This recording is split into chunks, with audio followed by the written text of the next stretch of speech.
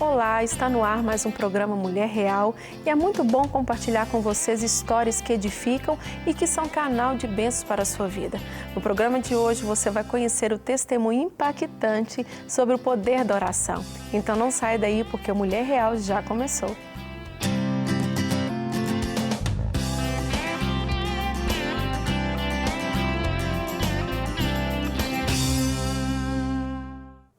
Juliana Oliveira sonhava em gerar um filho, mas se decepcionou ao encontrar algumas dificuldades em engravidar e ainda descobrir que estava com miomas cancerígenos. Como será o final dessa história? Vamos saber agora com ela. Juliana, muito obrigada por estar aqui conosco, viu? Eu que agradeço, é uma honra para mim. Amém. Admiro muito o seu programa e estou muito prazer. feliz de estar aqui para compartilhar isso com Isso aí, nós temos muitas coisas que nós queremos saber de tudo dessa história. Já lançamos aí no coração de tantas pessoas o que aconteceu com essa história. Amém. Mas vamos desde o início. Nós queremos saber o processo, esse sonho de engravidar, passar por uma tempestade, né, como foi falado aqui, mas nós queremos saber todo esse processo de oração, de entrega, o que Deus transformou e como que esse milagre hoje está aí na sua vida e na sua história, viu? Amém. Flávia, eu chamo esse milagre de crer contra a esperança. Eu comecei a querer ser mãe desde criança, esse sonho já pulsava no meu coração. Mas assim, quando eu completei 18 anos, que eu comecei a me interessar por casar e ter uma família, eu sempre sonhei em ser mãe, sempre. E aí, eu era daquelas meninas assim que olhava pro rapaz e falava assim, e se eu casasse com ele, como é que ia ser o cabelinho do meu bebê, como é que ia ser... Já sonhava? Eu sonhava demais. E aí, eu não tive muitos namorados. Eu comecei a namorar com meu marido muito depois. Eu me casei aos 29 anos. Então, assim, nesse tempo todo, eu continuava com aquele sonho. E assim que nós nos casamos, eu já fiquei preparada. Eu falei, agora, quando é que a gente começa a planejar? E aí eu falei com ele, e aí, quando que a gente vai ter nosso filho? Mas a gente já casou, tem tão pouco tempo. Aí eu falei assim, não, mas eu já quero ser mãe. Aí ele falou comigo assim, olha, eu não pretendo ser pai agora. E eu não sei nem quando, porque eu não tenho sonho de ser pai. Olha. E aí eu falei, meu Deus, e agora? Mas esse é meu sonho da minha vida. E aí eu comecei a tentar convencê-lo. E aí meu marido, ele é muito estudioso, e ele falava assim, Ju, mas você terminou a faculdade agora, vamos fazer uma pós-graduação? Aí eu falei assim, então tá. Aí eu fiz eu fiz tão motivada, eu falei assim que terminar a pós-graduação... Sim, você vai chegar no seu sonho. E aí quando eu terminei a pós-graduação, eu falei com ele, e aí, a gente vai poder tentar e ter o bebê? E ele falou assim, olha, eu acho muito cedo, eu já estava com 30, quase 35. E eu tinha meio que um bloqueio. Eu não tinha coragem de engravidar sem ele saber. Porque muitas mulheres falam assim, por que você não engravida e conta pra ele? E ele sempre falou comigo que ele não queria ter essa notícia sem planejar junto. E eu não tinha coragem de fazer isso, nunca parei de tomar remédio nem nada. E aí ele falou assim, tem um mestrado, por que você não tenta? E eu fiz um mestrado, tentando acabar com isso. Sim. Essas eram as etapas, né? E aí quando eu terminei, eu falei, amor, e agora? Aí ele foi amolecendo o coração, mas ele ainda não queria muito. E ainda não estava orando, não. E aí, mas assim, com aquele desejo no coração. Aí ele falou, então vamos começar a tentar. E aí eu parei de tomar o meu remédio, em 2014. E comecei a tentar engravidar e eu fiquei sem tomar o remédio em 2015, 2016, quando em 2018, nada de engravidar. E aí um dia, a minha mãe sempre falava assim, Juliana, por que você não ora para você engravidar? Detalhe, minha irmã tem 4 filhos. Minha irmã estava sempre engravidando. E as minhas amigas começaram a engravidar. E aquela cobrança, e eu nunca engravidava. E aí aquilo começou a ser um problema para mim, uma tristeza. E eu estava muito acima do peso, estava pesando mais ou menos quase 120 quilos. E aí eu busquei emagrecer para poder engravidar, que eu falei, eu vou emagrecer para ter uma saúde. Me preparar para viver isso. E aí eu comecei a fazer dieta, academia e consegui perder 20 quilos. Olha.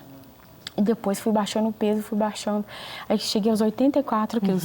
A minha vontade de ser mãe era enorme. Que foi te motivando a fazer tantas coisas, né, Ju? E aí eu procurei uma clínica de fertilização. Aqui em Belo Horizonte tem 2 clínicas muito boas. Eu procurei uma, depois fui para outra e comecei a fazer investigação. Sim. E aí eu tinha muito medo de orar e não ser atendida no meu tempo. Sim. E eu jamais queria, eu não tenho, assim, uma coisa que eu tenho para mim é de nunca ficar chateada com Deus, porque eu não me permito isso. Sim. Então, às vezes eu vejo as pessoas falando, nossa, eu fiquei triste com Deus por isso, por aquilo, eu nunca queria ficar assim. Sim. Então, eu não tinha coragem de falar, Deus, me dá um filho e eu não engravidar. Sim. Então, eu não pedia. Sim. E eu creio que isso talvez seja a realidade de muitas mães. Muitas mães. Por que você não ora pedindo um filho? E aí a pessoa se tranca, a pessoa não pede. Sim. E eu não pedia. E aí eu peguei e comecei a fazer todos os exames. Sim. E quando eu fiz uma esterossalpingografia, acho que o nome é esse, ela falou assim comigo, olha, você tem trompas obstruídas, só uma trompa, na verdade, que funciona. Sim. A outra é obstruída. Você tem uma trompa muito alta, bem mais acima do normal. O seu útero é invertido. E você tem miomas cancerígenos, 4. Todas essas notícias? Todas essas notícias de uma só vez. Sim. E ela falou assim, talvez você não tenha fecundação ou o embrião morre rápido, porque bem no começo do seu útero tem um mioma muito desenvolvido. Nossa. E aí ela me deu o pedido de biópsia já para retirar os miomas. Sim. E aí eu tentar começar a fertilização e ela me deu 13% de chance. 13. É muito pouco. Muito pouco. E o valor de cada fertilização é muito alto. Muito alto. Aí meu marido falou assim, vamos tentar umas 3 vezes. E eu fiquei pensando assim, a gente tenta 3 vezes e gasta tanto dinheiro e depois já vem um bebê, vai que vem, né? E eu ficava com medo também dele ficar muito triste com essa situação. E aí eu não quis fazer. E aí eu parti para poder fazer os exames, né? E tentar fazer essa biópsia. Mas eu fiquei com medo do exame, de fazer, descobrir alguma coisa terrível. Sim. E aí eu não fiz. E aí eu entrei em uma depressão. Olha. E aí eu comecei a engordar novamente, comecei um sofrimento muito grande,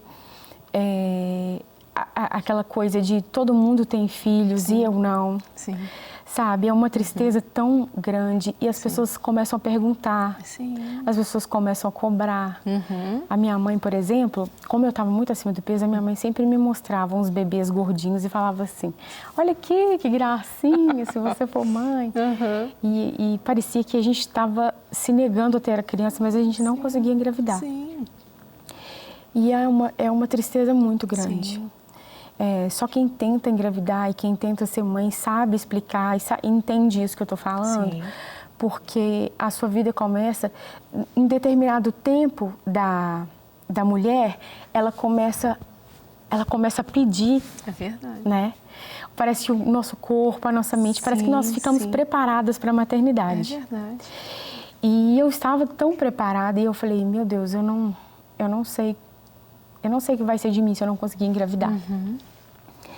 E aí um dia, minha mãe virou e falou assim, se você pedir para Deus, você vai engravidar.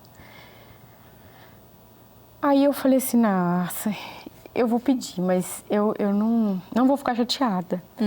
E aí eu tomei banho e orei. E eu mexo muito no celular, eu tenho muitas fotos, eu amo fotos. E aí, nesse dia eu tinha tirado uma foto específica de um negocinho de flor e eu falei assim, meio que marcou o dia que eu orei. Amém, sim. E eu orei e falei com Deus que eu queria muito ser mãe e que se não fosse da vontade dele, que ele tirasse esse desejo do meu coração, porque como que eu queria tanto e eu tinha tantos problemas, né? E eu tinha todos esses problemas para resolver. E aí eu orei e no próximo mês a minha menstruação atrasou. E assim, nunca atrasava. E aí atrasou só 2 dias. E aí eu peguei o meu telefone e lembrei que tinha exatamente 1 mês e pouquinho que eu tinha orado. E aí eu fui falar com meu marido assim, você pode trazer 2 testes de gravidez? Aí ele falou assim, Ju, de novo? Porque eu já tinha feito tantos. Eu até pensei em colecionar, porque eu já tinha feito tantos. E aí eu colecionar assim para contar o milagre depois. Sim, claro. E aí ele pegou e trouxe os testes. E quando ele trouxe, eu fiz e estava grávida. Olha. E foi uma vez que eu orei a Deus, uma única vez. Eu orei e descansei. Sim. E aí nós fizemos mais 2 testes, aí eu fui fazer o exame de sangue. Sim. E era inacreditável, sabe? Aquele tempo todo de espera. Com certeza. E aquele milagre. Mas eu ainda estava com os miomas. Sim. E aí eu fui no primeiro médico depois para poder levar o exame e ver como que seriam os próximos passos, né? E aí o médico falou, olha, você não poderia ter engravidado com esses miomas. Esses miomas possivelmente vão encostar no bebê. E aí ele me julgou, ele me criticou, perguntou como que eu tinha coragem de ter engravidado com aqueles miomas. E eu falei, eu vou procurar outro médico, né? E eu procurei outro médico e o outro médico falou assim, olha, você não poderia ter engravidado, mas você já engravidou. Então agora a gente vai cuidar do bebê e depois a gente vê o que a gente faz com os miomas. E o tempo todo da gravidez, os miomas sumiram no ultrassom. Eles não apareceram uma vez sequer. E aí, eu e meu marido, a gente ficava... Sabe quando o milagre é tão grande que a gente fica meio... Extasiado, né? E aí, todas as vezes que nós fazíamos os exames, aí eu falei com o médico assim, onde que os miomas estão? Sim. Aí ele falou assim, olha, eles podem não estar aí, não sei, ou pode estar atrás da criança. Sim. Não tinha explicação, Não tinha explicação. E aí eu tive que fazer um acompanhamento todo de risco, porque como eu ficava tensa com os miomas, e eu tinha sido alertada, inclusive pela médica da clínica, que eu jamais poderia engravidar com esses miomas cancerígenos, eu ficava muito tensa nos exames e aí minha pressão subia demais. Olha. Aí eu ficava com a pressão alta. E no dia do parto, o meu parto foi muito arriscado. Sim. Eu senti uma dor muito forte e não estava na hora dela nascer ainda. E eu falei com o médico assim, olha, eu senti uma dor muito forte à noite, eu acho que ela está crescendo. Ele falou assim, não, vem aqui para eu olhar. E eu cheguei lá e ele falou assim, nós vamos ter que fazer o parto. E aí, na hora que eu fui fazer o parto, ela estava toda atravessada, ela não virava, né? Sim. E aí ele falou assim, nós vamos fazer uma cesárea e a gente vai ver o que vai acontecer. E aí, na hora do parto, eu comecei a sentir frio. A cesárea já estava durando 5 horas. Muito tempo, né? E o médico, como eu estava acordada, né? Aí às vezes eu via ele enxugando o rosto, cansado. Sim. E eu via o desespero no olhar do meu marido tentando me acalmar. E aí começou uma hemorragia muito grande no meu útero. E é muito assustador porque ele acabou, a bebê não saía. Aí quando ele tirou ela, começou a jorrar muito sangue. É como se tivesse uma torneira ligada dentro de mim. Nossa, Ju. E aí ele tirou ela nasceu meio cinza, de tanta falta de oxigênio. E aí o médico mandou ela para o CTI e pediu um leito para mim.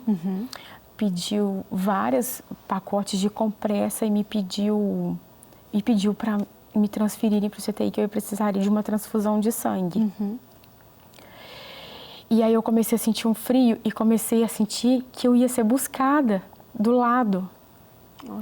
É impressionante. Ao mesmo tempo que era uma paz, eu não queria, porque eu queria muito ver meu bebê. Sim.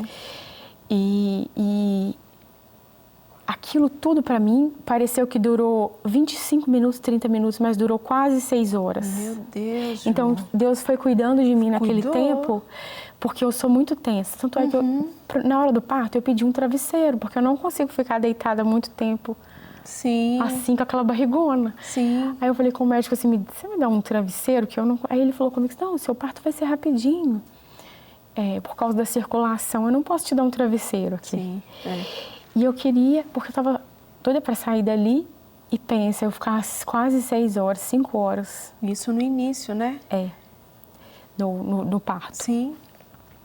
E aí ele tirou a bebê, eles levaram pro CTI, tanto que eu não vi ela muito. Só tirou uma fotinha e ela foi. E aí parecia que tinha aberto uma torneira. Meu Deus, foi muito E sério. eu sentia aquele sangue jorrando. E não para, né? Então, é muito assustador o seu sangue indo embora. E a cesárea permite isso, porque você está acordada.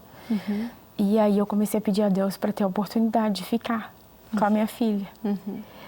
E aí ele falou assim, com meu marido, que se a gente pretendia ter mais filhos, eu não, porque eu já tinha 40 anos. E meu marido falou assim, não. Aí ele falou assim, então eu vou retirar o útero dela, porque o que eu tô vendo aqui são aqueles miomas. E aí ele retirou o útero, retirou todos os miomas. Sim. E eu fui para o quarto, para o CTI, né? Na verdade, fui para o CTI. E lá no CTI talvez eu fosse precisar da transfusão de sangue. Eu não tinha quase sangue nenhum mais. E aí eles avaliaram e não sabe como. Milagrosamente eu não precisei. Não precisei, ia precisar. E aí o médico chegou lá no quarto um tempo depois para me ver. E eu percebi, eu não conseguia ver meu bebê nem nada, eu percebi que ele falou assim, Juliana, a gente tem uma notícia para te dar. Nós fechamos você, mas a gente acha que ficou uma compressa do parto em você. E talvez a gente vai ter que abrir novamente. E eu estava sozinha no CTI e era pandemia. Sim. Tinha muita gente tinha uma ala da Covid, né? Sim. E era uma situação muito tensa. Muito. E eu falei, Deus, tem misericórdia de mim. Parecia que era uma força que me quisesse me impedir, sabe? Sim. E aí eles fizeram vários raios-x e depois vários exames. Aí eu tive que fazer outros ultrassom para poder ver onde estava essa compressa que faltou. Até descobrir que realmente não tinha nada, mas assim, foi muito tenso para mim. Muito demais. E de repente eu pude ir me recuperando e reencontrar minha bebê. E quanto tempo que foi para você encontrar com ela? Nesse processo aí de você ver ela? Foram 3 dias. Gente. E aí, nesses 3 dias, eu busquei uma reconciliação com Deus, porque no CTI a gente não tem alternativas de celular, de nada, né? E aí, eu fui buscando uma reconciliação com Deus, porque às vezes a pessoa fala assim, nossa, eu quero viver minha vida e se tiver na hora de morrer, eu vou falar assim, Deus perdoa os meus pecados, né? Mas que pecados? Sim. E às vezes a gente precisa discriminar todos aqueles pecados, sempre, né? E poder tratar cada um deles, porque eu poderia partir a qualquer momento. Quando ele falou comigo assim, que eu tinha compressa e se precisasse abrir novamente, eu não sei quanto de sangue eu perderia nessa outra, porque ele falou que tinha que abrir e procurar. Meu Deus.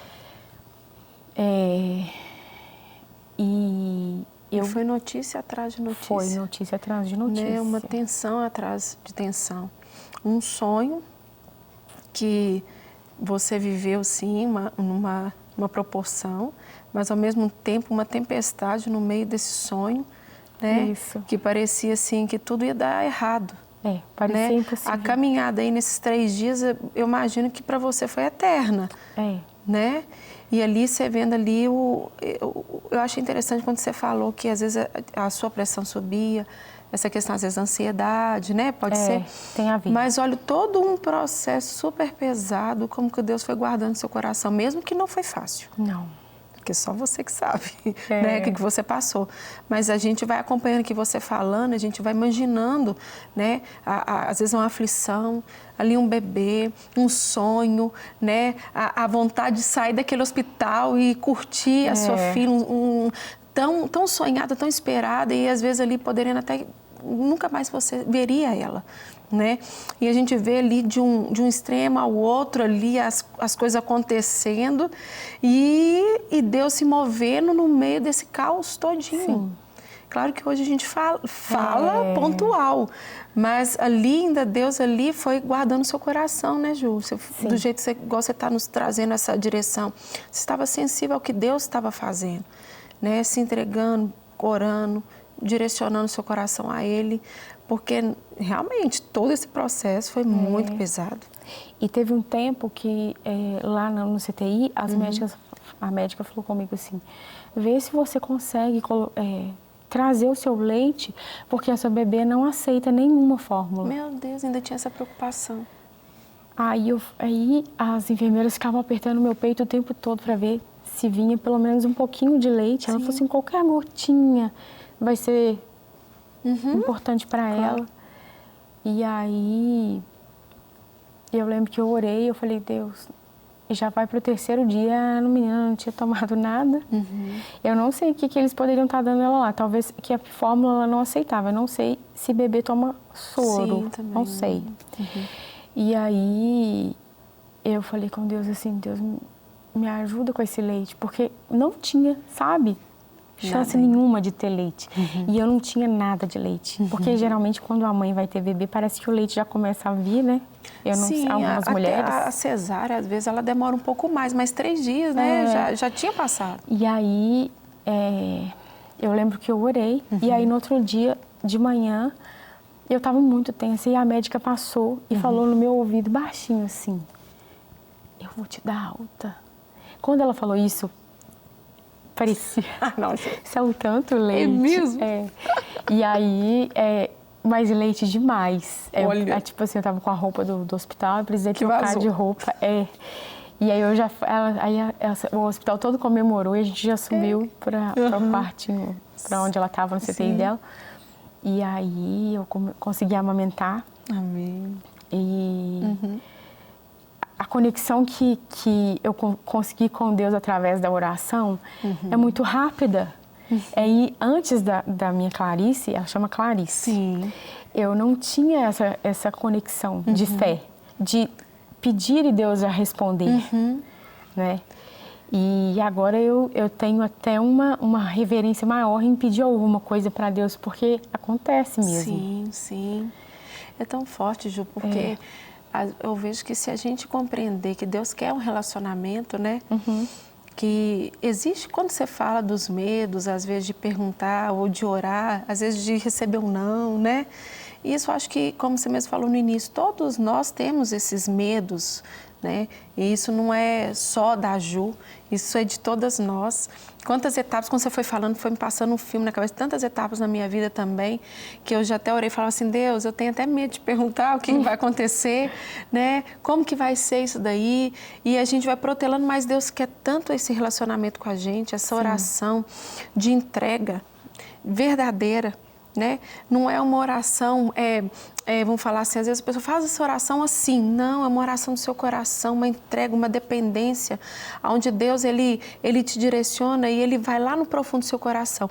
E eu vejo da forma como você está falando, quando você orou, Deus já tinha te preparado todo um caminho, né? Só era para você botar para fora aquilo ali que Ele esperava do seu coração. Isso. Não é? Exatamente. Você vai passando pelo processo, depois Deus vai escancarando, né, as portas. Mas, assim, é tão importante quando você traz essa palavra no nosso coração, de hoje ter um milagre, né? E você é um milagre também, né, Ju? Amém. Você também é um milagre vivo aqui contando pra gente.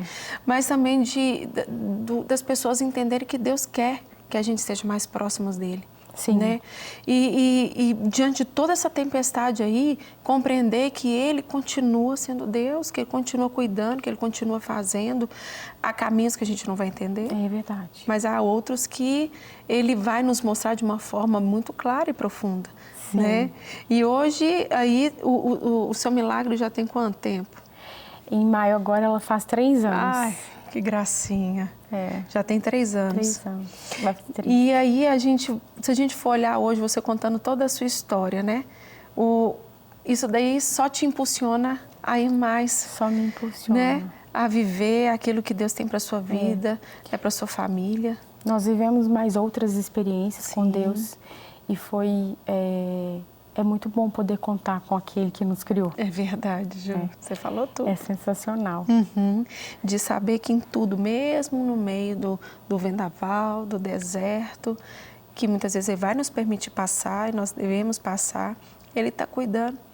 E Ele é um Deus que Ele é Pai, né, Ju? É. Ele te deu um presente, te deu o seu sonho. Um sonho lá desde pequenininha, né? Desde menina ali. E eu e meu marido, nós queríamos ter uma menina. E aí eu falava assim, nossa, é muita prepotência. Eu, além de querer ser mãe, ainda falar assim, pode ser menina? Uhum.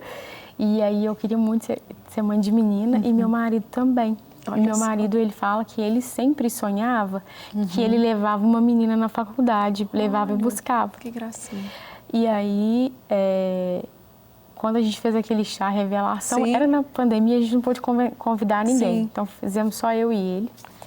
E aí, quando descobriu que era menina, ele chorou muito e falou, olha, eu sempre sonhei em levar minha menina e buscar na faculdade. E eu sempre quis ser pai de menina. E Deus E entregou. Deus, assim, fez exatamente do jeito que a gente queria. Ô, Ju, o nosso programa é muito rápido. Eu já quero te agradecer por você ter vindo aqui, com a sua experiência, com tudo que você passou, de trazer de uma forma assim tão clara de como que é importante a gente ter essa vida com Deus, né? De ficar sensível à voz de Deus. Que a gente vai passar por momentos de aflições, de medos, mas Deus é um Deus que cuida, né? Que traz o nosso sonho à realidade. E hoje você pode celebrar, né? Essa alegria na sua vida, mesmo diante de todas as circunstâncias que você passou. Eu te agradeço muito você ter vindo aqui. Que Deus continue te abençoando, a sua família. Amém. E continua levando essa palavra adiante. Tem muitas mulheres que precisam e vai continuar se espelhando em você. Amém. Viu? Então, Deus te abençoe. Muito obrigada por estar aqui. Deus te abençoe. Obrigada. Viu? O nosso tempo acabou, mas eu espero que você tenha sido abençoada com o programa de hoje e já te convido a estar comigo no próximo quarta-feira, às 11h30 da manhã. Até lá!